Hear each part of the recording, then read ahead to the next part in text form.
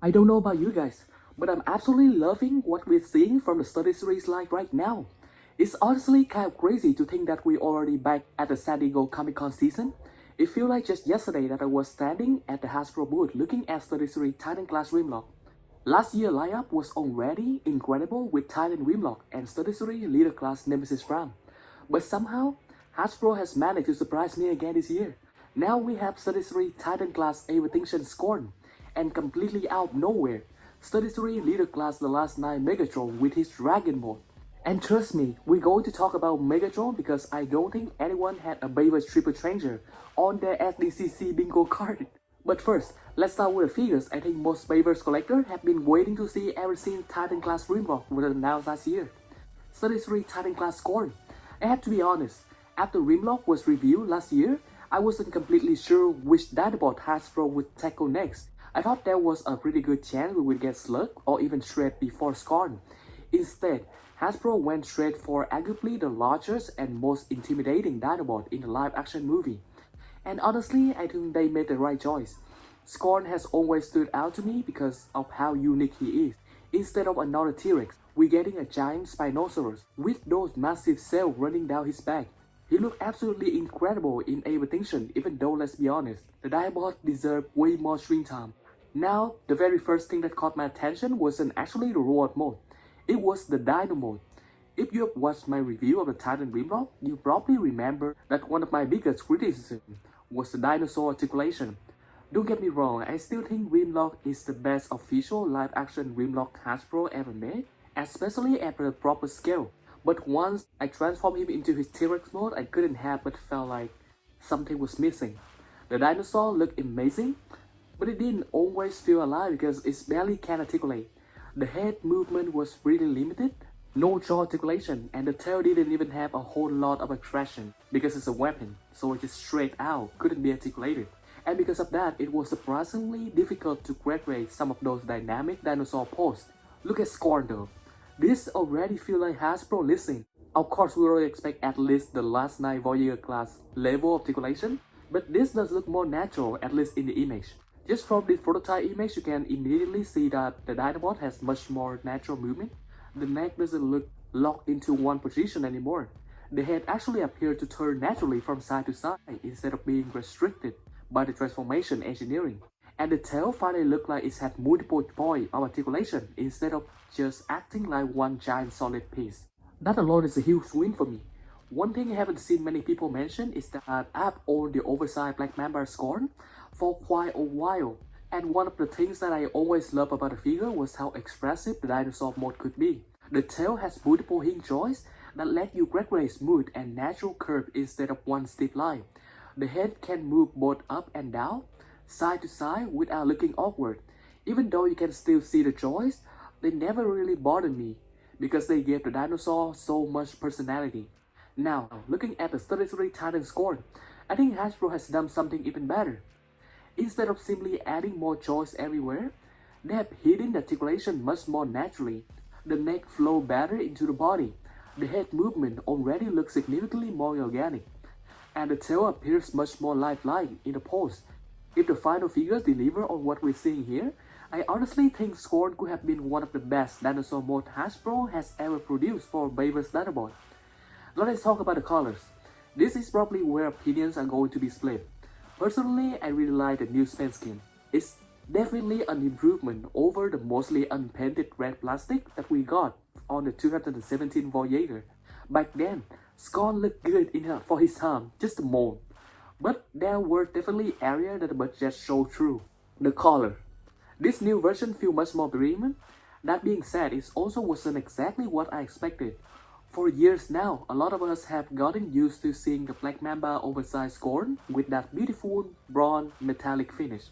With rusty weathering and even a little hints of green throughout the body, it almost became the version that many collectors picture whenever someone mentions Scorn. Hasbro clearly decided to go to a different route. Instead of leaning heavily into bronze, they went with a much rarer body accented by deep red throughout the figures. I have already seen some collectors say that they would have preferred a darker bronze body with silver highlight instead. And honestly, I can understand both sides. Personally, I think this color choice actually makes sense because Grimlock follow a very similar approach. Even after the final release, Titan Grimlock still has several areas of molded gray plastic with selective paint application, or some area with no paint at all, instead of covering every surface with metallic paint. So keeping Scorn visually consistent with Grimlock gives the entire Titan Dinobot team a unified appearance. Of course, this is still a prototype, so I'm definitely waiting until we see him at San Diego Comic-Con in person before making any final adjustment. But now moving over to the robot mode. Overall, I think it looks pretty good. I love how massive and imposing he feels. Just standing there, Scorn has an incredible presence, and that really captures how intimidating he looked in the Age of Extinction. However, I do have one concern. Compared to the 2017 Voyager, even the oversized Black Mamba version, the proportion look a little more square up than I expected.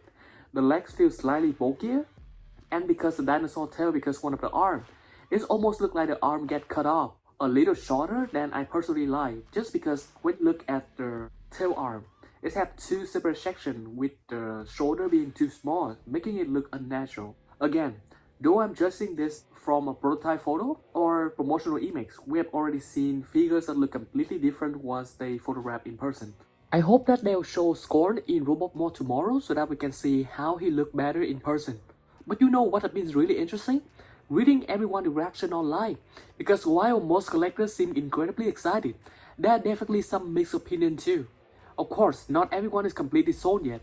Some collectors have pointed out that the underside of the dinosaur, especially around the belly and the neck, look a little cluttered with visible robot parts. To be honest, I'm completely fine with that because I'm even okay with the last night Voyager version which have the whole robot arm under the belly of the dino mode. Now let's switch gear, because I honestly think the biggest surprise of San Diego Comic-Con wasn't Scorn, it was Megatron. If you had asked me a week ago what I expected from 33 The Last Night Megatron, I would have said a straightforward leader class release, maybe a cleaner robot mode, maybe a better jet mode, and that's about it. I never would have guessed Hasbro was about to make him a Triple Changer. Bayverse Dragon Megatron was absolutely not on my SDCC bingo card. When those images first dropped, I honestly had to look twice. The robot mode looked fantastic. Proportions are incredibly clean. The armor is much more accurate, and compared to both the 2017 Voyager and the 2017 Leader, this is a huge improvement.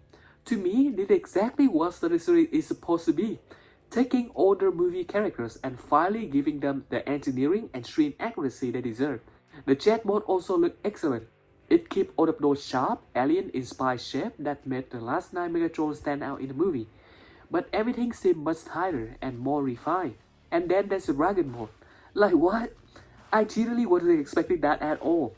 From what I've been reading, it appears this Dragon mode is based on the unused concept art that never made it into the final film. If that's true, I absolutely love that Hasbro decided to bring that idea to life instead of letting it stay hidden forever. It's just a cool bonus for collectors, and it gives this release an identity that immediately separates it from every reverse official The Last Night Megatron figure, or even third-party figures on the market except Green mode. Now since the Dragon mode never actually appeared in the movie, I'm not going to judge it's based on screen accuracy because there really isn't a movie version to compare it against. Instead, I'm looking at it as an extra feature. Honestly, I think it's awesome. For me, the robot mode is 10 out of 10. The chess mode is also 10 out of 10. The Dragon mode is just a really fun surprise that makes the entire package feel even more special. In fact, the robot mode looks so clean that it actually reminds me of the third-party Dragoon from Unit Toy. I'm not saying it's replacing Dragoon or trying to compete with high-end third-party engineering, but visually, it's clean, it's thin, it's proportionate.